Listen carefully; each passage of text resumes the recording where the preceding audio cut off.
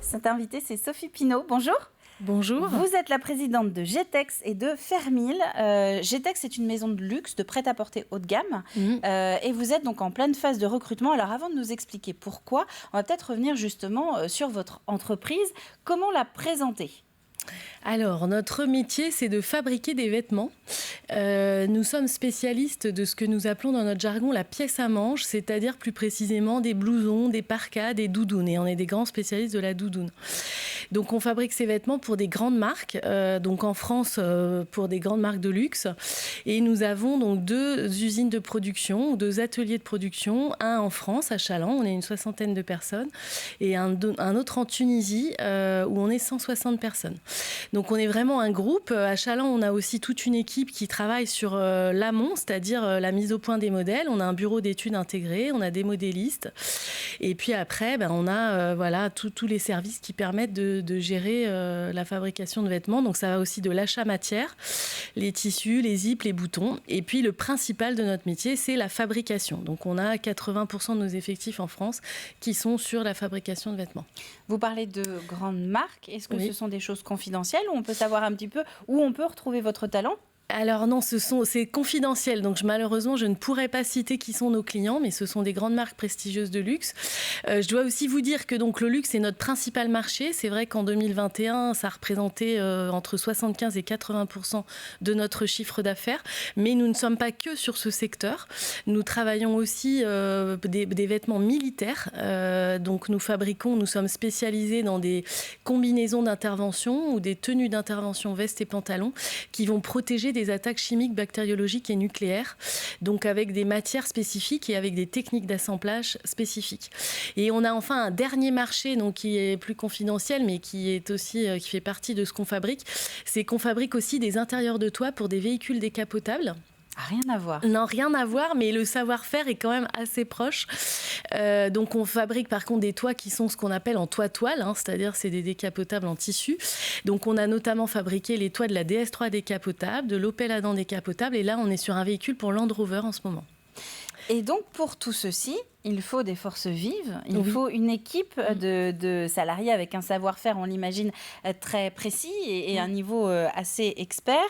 Vous êtes en phase de développement et donc en phase de recrutement, c'est ça ? Oui, tout à fait. Alors c'est vrai qu'aujourd'hui, donc nos clients nous ont toujours été fidèles, mais on sent qu'il y a une forte demande pour la fabrication française. Et donc on se doit de pérenniser notre savoir-faire et donc de recruter. Donc aussi, on est aussi là aujourd'hui parce qu'on a mené un véritable projet en 2021. Nous avons construit une nouvelle usine. Cette usine, elle est dimensionnée pour 80 salariés. Et notre objectif, c'est d'ici 3 ans d'avoir ces 80 salariés. Donc c'est pour ça que pour recruter aujourd'hui, nous, on a plusieurs sources de recrutement. On a soit la formation initiale, donc tout ce qui est métier de la mode, bac pro métier de la mode, BTS métier de la mode. Donc là, des personnes qui arrivent chez vous en étant déjà formées à l'extérieur. Voilà, alors elles ont une formation initiale. Par contre, nous, on va quand même continuer à les former pour qu'elles acquièrent les bons gestes et qu'elles acquièrent de l'expérience sur nos produits. Mais on a aussi besoin de recruter aussi à des personnes en reconversion parce que la formation initiale aujourd'hui ne suffit plus à pouvoir permettre aux ateliers de recruter suffisamment de personnes. Vous avez beaucoup d'offres qui restent vacantes, qui restent sans candidat ? Oui. En fait, l'offre mécanicienne en confection ou couturière, on a toujours une offre en cours et quand on la publie, donc on fait un peu de communication, on va dire on reçoit 2 à 3 CV en général, que quand on publie par exemple une offre pour une comptable ou une assistante comptable, là en une semaine, on va avoir 15 candidatures. Et pourtant, vous n'êtes pas très loin d'un bassin historiquement dédié quand même. Les Mauges ne sont pas très très loin de Challans et donc avec le prêt-à-porter, c'était un savoir-faire qu'on avait. Oui, tout à fait, mais malheureusement, effectivement, aujourd'hui, la formation initiale ne suffit plus pour le recrutement, donc c'est pour ça qu'on se tourne aujourd'hui vers une POE.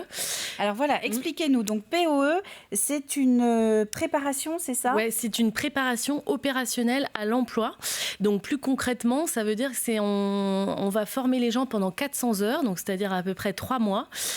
Donc là, on a fait le choix de faire une POE que pour l'entreprise Getex, donc ça va se passer dans l'entreprise. On fait appel à un organisme de formation externe qui va venir former les salariés, mais dans notre entreprise.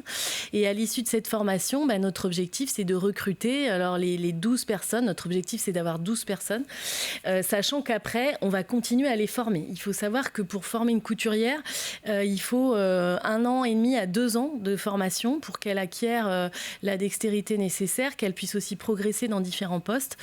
Et donc la POE, voilà, c'est un moyen de pouvoir toucher un public qui peut être en reconversion, par exemple, ce qui est le cas actuellement. Alors on n'en est pas à notre première POE, hein. On a fait notre première POE en 2012. Et en 2012, on a eu des belles réussites. On a des personnes donc, qui sont toujours chez nous aujourd'hui, qui ont pu évoluer, qui sont devenues chefs d'équipe, monteuses proto. Voilà, mais ça, c'est des métiers où il faut des années d'expérience avant de pouvoir y accéder. Ça veut dire qu'en 3 mois, on peut déjà peut-être avoir un aperçu de l'environnement. Alors déjà de l'entreprise, puisqu'on y est. Tout à fait. Et puis le rythme, voir un petit peu l'ambiance et commencer à s'identifier à la formation finalement qui va arriver derrière. C'est ça. Alors en fait, cette formation, comme vous le dites, le point important, c'est qu'elle va se passer dans l'entreprise. Donc les personnes vont pouvoir se familiariser avec l'environnement. L'autre point important quand même, et qui est quand même fondamental, c'est qu'elles vont aussi se familiariser avec le matériel.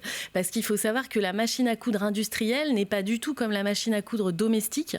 Et que cette formation de 400 heures, en fait, elle va d'abord leur apprendre les bases de la machine à coudre industrielle. Et de savoir la maîtriser, ce qui est les prérequis après pour pouvoir progresser. Sachant qu'il y a tout un tas de machines à coudre différentes en fonction des opérations qu'on a à faire. Mais là, elles vont avoir une formation sur une machine plate, classique, et elles vont apprendre toutes les bases pour maîtriser cette machine. Alors, est-ce que ça veut dire que n'importe quelle personne qui est actuellement en reconversion peut finalement se tourner vers vous? Ce sont plus, on appelle ça des soft skills en ce moment dans le marché du travail, c'est plus des qualités de savoir-être, de savoir se comporter qui vont compter pour vous plus que le CV, le contenu du CV? Alors, ce qui va compter pour nous, j'ai envie de dire, c'est la rencontre. Alors, dans le processus, en fait, il va y avoir une réunion d'information pour présenter le métier et l'entreprise. Donc, cette réunion, elle va avoir lieu lundi prochain, le 20 juin, à 9h à l'entreprise GTEX. À l'issue de cette présentation, les personnes qui souhaitent s'inscrire à la formation vont pouvoir s'inscrire. Et donc, après, on va engager le processus de recrutement. Alors, comment il va se dérouler, ce processus de recrutement? Il y aura d'abord ce qu'on appelle des tests MRS. C'est la méthode de recrutement par simulation. Donc, ça veut dire que les personnes vont passer une sorte d'examen pendant, alors je crois que ça dure 3 heures ou 4 heures, je ne sais plus, en salle. Et donc, on va leur faire des exercices qui vont permettre de déceler leur dextérité, parce que c'est un métier où il faut quand même avoir une certaine dextérité. Il faut avoir aussi quand même une bonne vision dans l'espace, c'est-à-dire qu'il faut, en fait, le vêtement, c'est un vêtement qui va être en plusieurs morceaux, donc il faut être capable de se projeter aussi en 3D. Et donc, après cet essai, il y aura des échanges avec vous Après, il y aura des entretiens d'embauche, et là, on va choisir les 12 personnes. Eh bien, merci Sophie Pinault. Tous les renseignements, vous l'avez noté, c'est lundi 9h sur le site même de l'entreprise GTEX et c'est à Challans. Merci à vous Sophie Pinault d'être venue sur le plateau de la matinale. Merci.